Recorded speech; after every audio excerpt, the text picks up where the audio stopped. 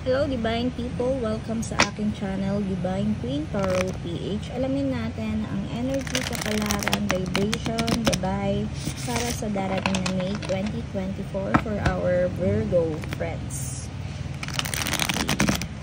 Money, love, and career ang ating mga Virgo. Okay.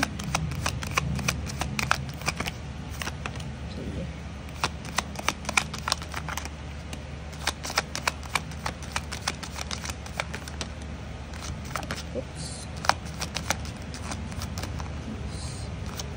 Okay, dagdagan pa natin.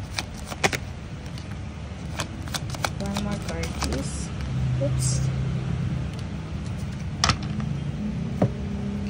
Okay, open natin, no, isa-isa.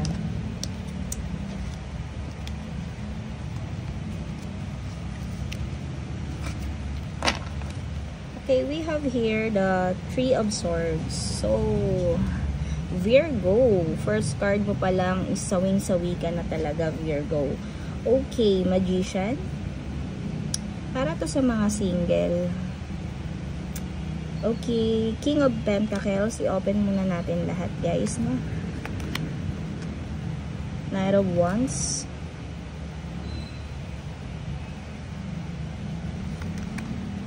Okay, Seven of Swords. Then we have Four of Pentacles.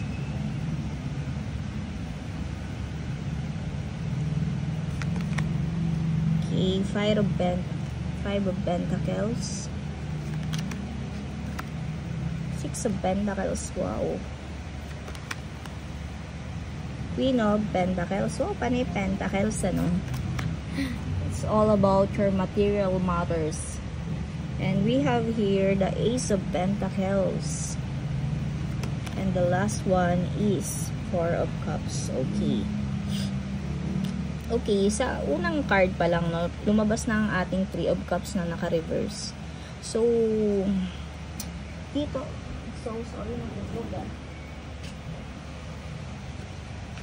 So, dito, ano, Virgo, I can feel na medyo sawi kayo ngayong month of May. So, may mga ilan sa inyo nakipag-break kahit hindi nyo gusto, mas gusto nyo na lang magparaya, no?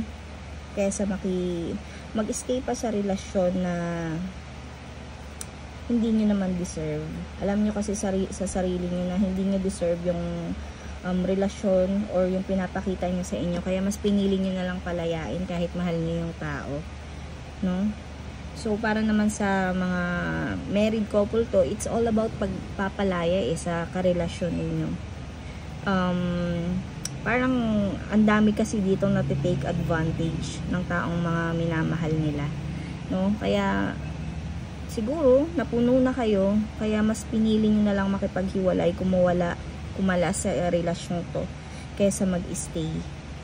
Dahil alam nyo sa sarili nyo na hindi nyo deserve yung ganong klaseng pagmamahal. No? Pagdating naman sa inyong money and career, may makikita kayong trabaho, lalong-lalo sa mga walang trabaho, no? May makikita at maa-applyan kayo, matatanggap kayo, pero yung iba sa inyo hindi magtatagal dahil hindi nyo gusto yung pamamalakad ng employer ninyo, no? Aalis din kayo, no? Regarding naman sa inyong kaperahan, marami kayong matatanggap na blessings, ano? Ang dami nyo rin ditong matutulungang tao. Pero mag-ingat lang rin kayo, ano? Baka kasi too much help is kayo naman yung maubusan. Okay? Tingnan pa natin, guys. So, kailangan yung magtira para sa sarili niyo. Hindi yung naka-receive kayo ng blessings, bigay dito, bigay doon, bili dito, bili doon, shopping dito, shopping doon, ano. So, matuto na kayong mag-ipon kasi yung iba sa inyo is napaka-waldasera, no? Okay? Yung parang sabi kayo ng sabi na, mag-iipon na ako pag may naka-receive ko yung ganitong amount, pag may kumita ako sa ganito, ganun, no? Mag-e-invest ako sa ganyan. So, may mga investment din dito, pero madali nyo ring maubos yung pera. Kasi nga, ang dami nyong tinutulungan. Halos hindi na kayo magtira sa sarili ninyo, no? So, mag-save naman kayo kahit papano para sa sarili ninyo. Virgo, okay. Maglabas tayo pa ng ilang card.